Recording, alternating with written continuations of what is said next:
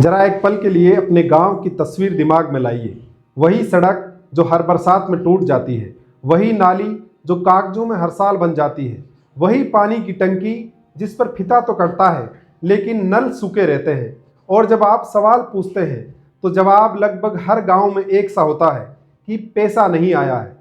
अब यहीं से इस वीडियो की असली कहानी शुरू होती है, क्योंकि सवाल ये नहीं कि पैसा आया या नहीं आया, सवाल ये कि अगर पैसा आया है तो गया कहाँ, और अगर पैसा नहीं आया तो पूरे देश में हजारों गांवों में काम कैसे हो रहा है।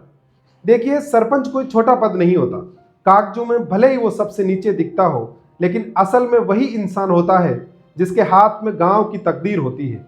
हर ग्राम पंचायत के पास हर साल कई स्रोतों से पैसा आता है। वित्त आयोग से, केंद्र सरकार की योजनाओं से, राज्य सरकार से, मनरेगा से, जल जीवन मिशन से, स्वच्छ भारत से, आवास योजना से। अगर सब जोड़ दिया जाए तो एक सरपंच अपने 5 साल के कार्यकाल में करोड़ों रुपए के काम का जिम्मेदार होता है। ये कोई आरोप नहीं है, ये सरकारी डेटा है। लेकिन फिर भी गांव वहीं का वहीं क्यों रहता है? क्योंकि आज ज़्यादातर जगहों पर सरपंच बनना सेवा नहीं, सिस्टम मैनेज करने का धंधा बन चुका है। चुनाव से पहले लोग याद आते हैं और उम्मीदवार हाथ जोड़कर कहता है कि मैं आप ही का बेटा हूँ। लेकिन चुनाव के बाद वही बेटा सचिव के पीछे छुप जाता है, फाइलों के पीछे छुप जाता है और सवाल पूछने वाले को कहता है कि आपको राजनीति समझ नहीं आती। अब यहाँ एक बहुत जरूरी बात समझिए। सरपंच ये कह सकता है कि काम सचिव करता है, वो ये कह सकता है कि काम इंजीनियर करता है, ब्लॉक से अप्रूवल आता है, लेकिन सरपंच ये नहीं कह सकता कि उसे नहीं पता कि पैसा खर्च कहाँ हुआ। क्योंकि आज पंचायत का पूरा हिसाब ई ग्राम स्वराज नाम की वेबसाइट पर मौजूद है कि कितना पैसा आया, किस तारीख को आया, किस काम के लिए आया और किस खाते से निकला, सब कुछ। मतलब अगर गांव में नाली नहीं बनी और वेबसाइट पर लिखा है कि 5 लाख रुपए की नाली बन चुकी है, तो या तो नाली हवा में बनी है या पैसा कहीं और गया है। और यही वो जगह है जहां गांव वालों की चुप्पी सरपंच की ताकत बन जाती है। क्योंकि जब कोई सवाल नहीं पूछता तो गड़बड़ी आराम से चलती है। लेकिन अब जरा सोचिए कि अगर सरपंच ईमानदार हो, अगर वही सरपंच ग्राम सभा में खड़ा होकर कहे कि ये पैसा आया है, ये काम होने हैं और ये हिसाब है, अगर वो हर 6 महीने में खुद गांव वालों को बैठाकर बताए कि क्या हुआ, क्या नहीं हुआ और क्यों नहीं हुआ, तो क्या आज भी गांव पीछे रहता है? साथियों, सच ये है कि गांव पिछड़ा नहीं है, गांव को पिछड़ा रखा गया है।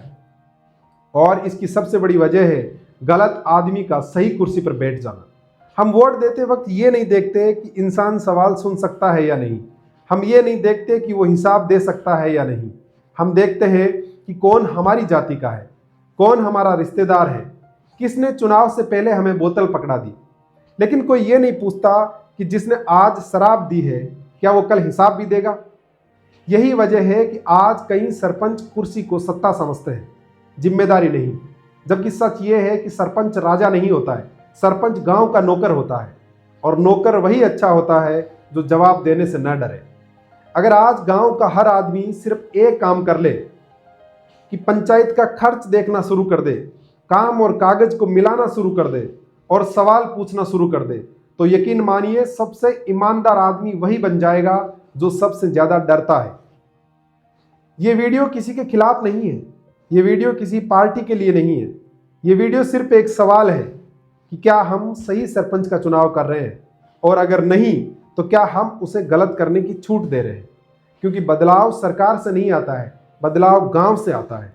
और जिस दिन गांव जाग गया, उस दिन कोई भी सरपंच गांव को लूटकर चैन से नहीं सो पाएगा। अगर आपको ये बात सच लगी हो साथियों, तो इस वीडियो को सिर्फ लाइक मत करना, इस वीडियो को अपने गांव के उस हर युवा तक पहुंचाना जो हर साल अपना वोट करता है। क्योंकि जागरूक गांव ही मजबूत लोकतंत्र बनाता है। और अगर गांव का युवा जाग गया, अगर वो ये सीख गया कि मैं जो वोट करता हूं वो मेरे अगले 5 साल निर्धारित करता है, वो मेरे गांव का भविष्य निर्धारित करता है, वो मेरे गांव के युवाओं की, किसानों की, बुजुर्गों की जिंदगी निर्धारित करता है, तो उस दिन अपने आप सारा सिस्टम ठीक होना शुरू हो जाएगा। अगली बार जब भी आप वोट देने जाएं तो ये सोच के जाएं, जात पात धर्म सबको पीछे छोड़ के ये सोच के जाएं कि मुझे अपने गांव को बेहतर बनाना है, मुझे अपने भविष्य के 5 साल बेहतर बनाने हैं, मुझे अपनी जिंदगी बेहतर बनानी है। साथियों, अगले वीडियो में हम मिलेंगे आपसे इस चीज के साथ कि आपको अगर आपके सिस्टम में, आपके गांव में, आपके सरपंच में गड़बड़ी दिखाई देती है तो आप उसकी शिकायत कहां कर सकते हो, आप उस मसले को कैसे सुलझा सकते हो और आपकी गांव की तकदीर, एक साधारण युवा और साधारण व्यक्ति अपने गांव की तकदीर को किस तरीके से बदल सकता है। मिलते हैं अगले वीडियो में। इस वीडियो में बस इतना ही। जय हिंद साथियों।